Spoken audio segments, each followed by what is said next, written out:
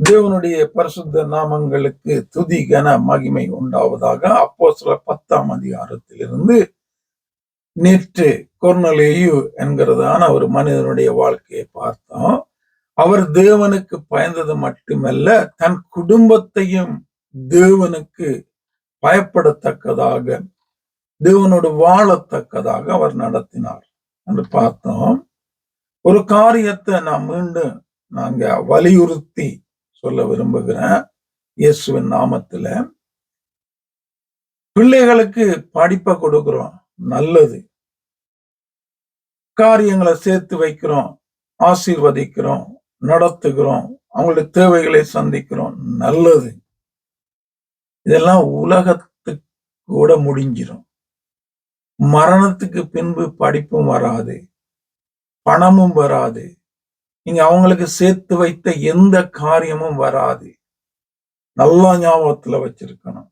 மரணத்துக்கு பின்பும் வருகிற ஒரு காரியம் ஒன்றென்றால் அது தேவ சமூகத்துல போய் வாழுகிற ஒரு வாழ்க்கை. அப்ப நாங்க எல்லாத்தையும் கொடுக்கிற நாங்க பிள்ளைகளை தேவனுக்கு நேர நடத்துவதை நாங்கள் விட்டு விட்டோமானால், தவறி விட்டோமானால், அதற்கு தேவன் எங்களிடத்துல கணக்கு கேட்பாரு என்பதை மறந்துடக்கூடாது. இந்த கொர்நேலியுவை போல தேவனுக்கு முதல் நாங்க பயப்படணும், நாங்க தேவனோடு வாழணும். அதே நேரத்துல எங்களுக்கு தேவன் தந்திருக்கிற பிள்ளை மனைவி தேவனுக்குள்ள வழி நடத்துகிறதான ஒரு வாழ்க்கை நாங்க வாழணும். எல்லாம் அழிஞ்சிரும், ஒன்றும் நிரந்தரம் அல்ல. தேவனுடைய வார்த்தையின்படி வாழ்ந்து கிரியை செய்யும் போதுதான் தேவ சமூகத்துல போய் ஒரு மனிதன் நிற்க முடியும் மரணத்துக்கு பின்பு.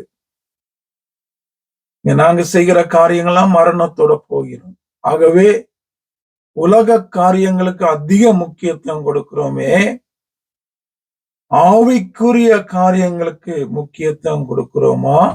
நித்தியத்துக்குரிய காரியத்துக்கு முக்கியத்துவம் கொடுக்கிறோமா?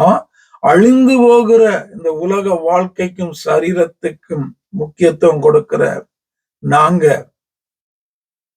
அங்க அழிவில்லாம தேவ சமூகத்துல போய் நிக்கத்தக்கதாக ஆத்மாவுக்கு முக்கியத்துவம் கொடுத்து பிள்ளைகளை நடத்துகிறோமா, நாங்க வாழுகிறோமா? கவனிக்கணும்.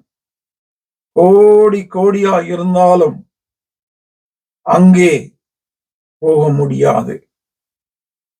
எவ்வளவாய் படித்திருந்தாலும் அங்கே நித்தியத்துக்குள்ளே போக முடியாது. எவ்வளவு பேர் புகழ் பெருமை காரியங்கள் இருந்தாலும் அங்கே போக முடியாது. தேவனுக்கு பயந்து, தேவனுடைய வார்த்தைக்கு பயந்து, அந்த வார்த்தையின்படி கிரியை செய்து வாழும் போதுதான் தேவ சமூகத்துல போய் நிற்க முடியும் நீங்களும். அப்படி இருக்கும்போது பிள்ளைகளை நாங்க தேவனுக்கு நேரம் நடத்தாம விட்டுட்டோம்டா, எங்களை போல பரிதவிக்கப்பட்டவர்கள் வேற யாரும் இருக்க முடியாது. அங்க தேவ சமூகத்துல ஒருவேளை பெற்றோர்கள் நிற்கும் போது அங்க பிள்ளைகள் அங்கே அக்கினியிலே வேதனைப்படும் போது மிகுந்த ஒரு வேதனையா இருக்கும்.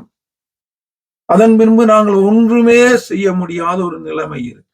ஆகவே வாழுகிற இந்த நாட்களிலே எங்களுடைய பிள்ளைகளுடைய வாழ்க்கைக்கு முக்கியத்துவம் கொடுத்து தேவனுக்கு நேராய் அவர்களை நடத்தத்தக்கதாக தாய் தகப்பன்மாராக இருக்கிற நாங்க வீட்டுல ஒவ்வொரு நாளும் கொஞ்ச நேரத்தை கொடுத்து ஒரு ஜெபத்தை, ஒரு வேத தியானிப்ப செய்து பிள்ளைகளை நடத்துவோமா இருந்தால் இந்த உலகத்தோடு எங்களோட வாழ்க்கை முடிந்து விடாது. தேவ சமூகத்துல நாங்கள் குடும்பமாய் போய் நிற்க முடியும்.